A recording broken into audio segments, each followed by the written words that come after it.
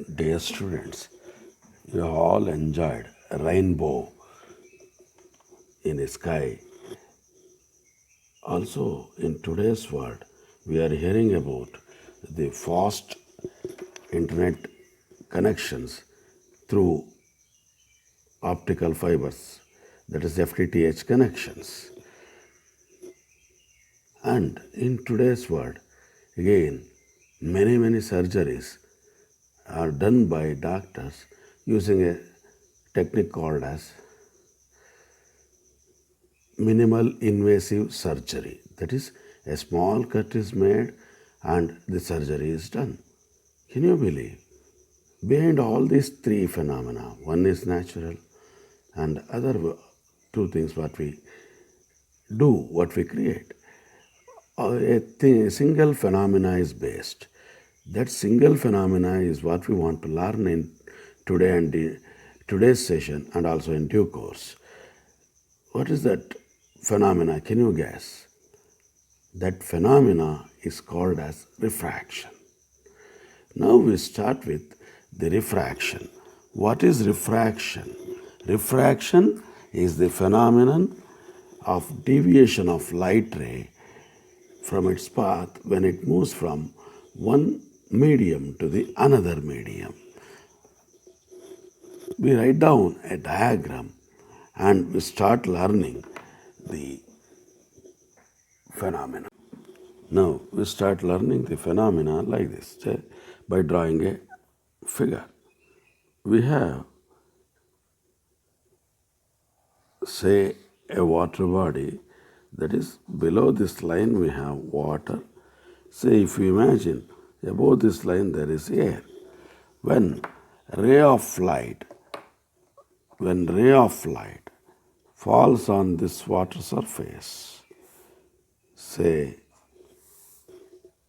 it passes into the water, but again, as we did in the case of reflection, we draw a normal there.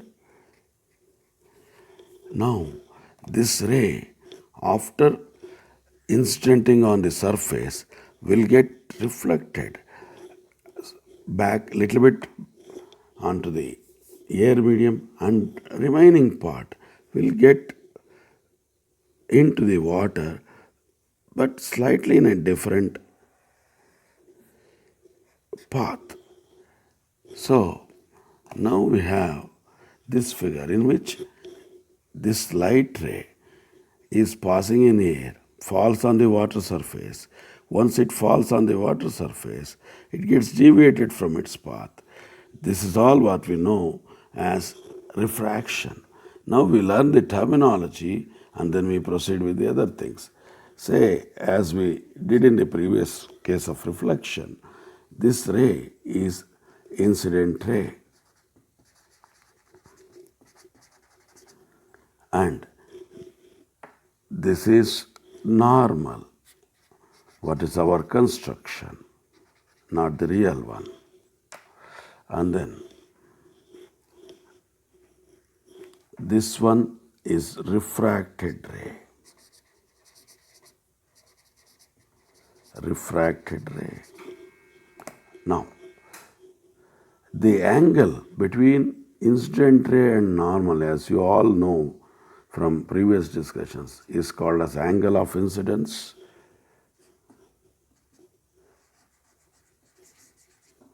Angle of incidence.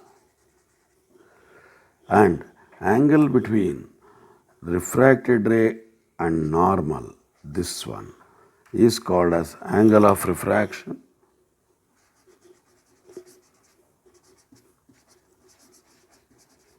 Angle of refraction. So the light deviated from its path through small angle. This angle from the incident ray direction to the refracted ray, what I am marking now, is called as angle of deviation. Angle of deviation. So these are the different nomenclature what we use in refraction. Now, with these things, we start with laws of refraction. Say, the first law of refraction is the incident ray, refracted ray, and normal all lie in the same plane. That is, all the, say, incident ray and refracted ray should lie in this plane of paper. Or, say, you cannot expect if incident ray to be like this, the refracted ray cannot be out of the paper like this. That is what is the meaning of this first law. Second law tells us this one. Say, sine of the angle of incidence divided by sine of the angle of refraction is a constant for a pair of media and for a given frequency or color of light. So let us state the second law once again. The ratio of sine of the angle of incidence to the sine of the angle of refraction is a constant for a pair of media and for a given frequency of light. This is second law of refraction, or Snell's law we call. Snell's law we call. So these two are the laws of refraction. Now, say, what do you mean by the last part of the Snell's law? That is, for a given pair of media and for a given color of light. That means, observe here, air and water I used in this figure. If I make it as glass and water, then this constant will be different for the same angle of incidence I. And if I use some other media, say benzene and water or glass and benzene, then in each case this constant is going on differing depending on the pair of media. That's why we have to add that. And also, if I use as the incident ray the blue color light with the same angle of incidence, this ratio is different. If I use the red color light as the incident beam for the same angle of incidence, this constant is different. That's why the complete statement of the Snell's law is like this. The ratio of sine of the angle of incidence to the sine of the angle of refraction is a constant for a pair of media and for a given color of light. Now, we start learning about what is this constant called. This constant appearing in the Snell's law is called as relative refractive index. Relative refractive index of medium 2 with respect to medium 1. That means in our example, relative refractive index of water with respect to air. So that is denoted like this. We denote it by N21. This notation tells us light ray is moving from first medium to second medium this way, and this to be written as relative refractive index of medium 2 with respect to medium 1. According to Snell's law, this should be sin I by sin R. Observe, this equation cannot be taken as definition of N21. Then what is the definition of N21? N21 is defined in terms of speeds of light in the two medium, because refractive index is and the refraction is basically dependent on speed of light, or is due to change in speed of light when it moves from one medium to another medium. Therefore, we define n21, the relative refractive index of medium 2 with respect to medium 1, as speed of light in medium 1 divided by speed of light in medium 2. That is ratio of speed of light in medium 1 to the speed of light in medium 2. So this is about relative refractive index. There's one more thing. If you measure the refractive index of any medium with respect to vacuum or air, then we call that as absolute refractive index. That is, we measure the refractive index of any medium with respect to vacuum, then it is called as absolute refractive index or simply refractive index. We denote it by single letter N2, N1, NW, NG, like this. N2 means absolute refractive index of second medium. That means the first medium is vacuum. N1 means absolute refractive index of the medium 1 with respect to vacuum. NW means absolute refractive index of water with respect to vacuum. Ng means absolute refractive index of glass with respect to vacuum, like that. And as we know, the C is speed of light in vacuum, we write N1 as C, the speed of light in vacuum, divided by speed of light in medium 1, say. In the same manner, N2, speed of light in vacuum, divided by speed of light in medium 2. Now, say using these two, N1 C by V1, N2 C by V2, N21 V1 by V2. Combining these three, we can write N21 by dividing and rearranging the terms as N2 by N1.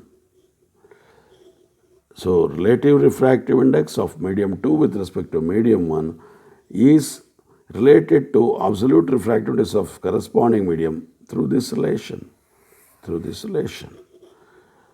Now, this is a very important thing, important way of writing the Snell's law. We write it now. N21, instead of N21, I write N2 by N1 sin I by sin R. But it's always useful to use this law in this form, in the cross multiplied form. N1 sin I, N2 sin R. Observe the medium refractive index. And in the same medium, what is the angle? Here also, N2, medium refractive index. In the same medium, what is the angle? So, N1 sin I equals N2 sin R. This is the way in which we preferably use this law in many times so that it will not lead to any confusions in writing refractive index of different media. So, with these basic things regarding the refraction, now we start learning to explain some of the phenomena using these things, and also we learn the other things now. Say, before taking up any other thing, let me list out the absolute refractive index of some of the media. N for vacuum, it is 1. For air, 1.0033. Observe the difference of N between vacuum and air is very, very small. So, for many practical cases, vacuum and air are taken as same medium there. For water, it is 4 by 3 or 1.33. For glass, it is 1.5 to 1.7. Say, in the glass, there are two major varieties, crown glass and flint glass. For the crown glasses, 1.5 for the flint glasses it goes to 1.7 near. So can you think of, till the next session, can you think of what is crown glass and what is flint glass? Otherwise I will tell you it in the next session. Glass and benzene, an organic solvent, is having around 1.6. Diamond is having the largest, that is 2.4. So these are a list of the absolute refractive index of typical media there, what we come across in optics. Say, here we observe one thing. For water it is 1.33, larger than air and vacuum. For glass 1.5, it is larger than water, air and vacuum. From these ideas we think of what is called as optically denser or optically rarer. We think of these two words. Optically denser means its absolute refractive index should be larger than other medium. Say here in this table, glass is optically denser than water, air or vacuum. Say that is, as glass refractive index is 1.5, it is larger than other three. We say glass is optically denser than water, air or vacuum. In the other way around, we can say glass is optically rarer than diamond because diamond is having 2.4. Therefore, optically denser or optically rarer is just a relative thing. You cannot say it by single. So you cannot say water is optically denser. It's a meaningless thing because you have to put with respect to what you are saying. Therefore, optically denser or optically rarer means you have to say refractive index of one with respect to the other. Say once again, to think of this, water is optically denser than air or water, where n value is large. I can say same thing. Water is optically rarer than glass, where absolute refractive index of water is less than that of glass or benzene or diamond, like that. So optically denser or optically rarer has somehow nothing to do with the normal density, mass by volume. That's not the thing here we are referring. It is purely dependent on the absolute refractive index value with these things. Now, we learn what you learnt in your high school classes also. What happens when a ray of light moves from rarer to denser? Say, as we have written already a figure there, rarer to denser in the beginning, we think of that figure, same thing again. Observe here. Here, air is the rarer medium, water is the denser medium. Ray of light is moving, but observe, angle of refraction is less than angle of incidence. That means refracted ray, is bent towards the normal. That means when a ray of light moves from rarer to denser, it bends towards the normal. So once again, when a ray of light moves from rarer to denser, the ray of light bends towards the normal. But if it moves from denser to rarer, it moves away from the normal. Is there a need for us to write another figure for that? That is not required. Why? Because light follows a beautiful principle called as principle of reversibility. That means if you change the observation point and the source point, then the light ray exactly reverses its path. That is, if you interchange the observation point and the source point, the light ray exactly reverses its path. That is what we call as principle of reversibility. In this figure, if I start beaming the light from water in this direction, then with the same angle r there, with the normal, then light ray passes exactly in the opposite direction in the air. That is, the light ray in the water is, the now source is taken to be in the water light ray is passing in the water like this. Once it enters into air, it exactly travels in the opposite direction to this ray. That is in this way. Then this becomes the refracted ray and this becomes the incident ray. So this becomes the angle of incidence and this becomes the angle of refraction. That is what we call as principle of reversibility. A very important principle, what we make use of many times in deriving the ideas in coming classes. Therefore, principle of reversibility says when we interchange the position of source and the observer, light ray exactly reverses its path. So using that idea, we can think of what happens when light ray moves from denser to rarer. Say, observe now, using the principle of reversibility, this is now the incident ray. If I start beaming the light ray in this way, this is the angle of incidence now. Then it reverses its path. So it moves away from the normal. Therefore, incident ray, when it falls on the water surface in this case, it is in the denser medium. The refracted ray bends away from the normal. Away from the normal. Therefore, we can think of two things now, what we use more often. Whenever light ray moves from rarer to denser, the rarer to denser light ray bends towards the normal, and when denser to rarer, it bends away from the normal. Rarer to denser, towards. Denser to rarer, away. This should be remembered and used whenever it is required.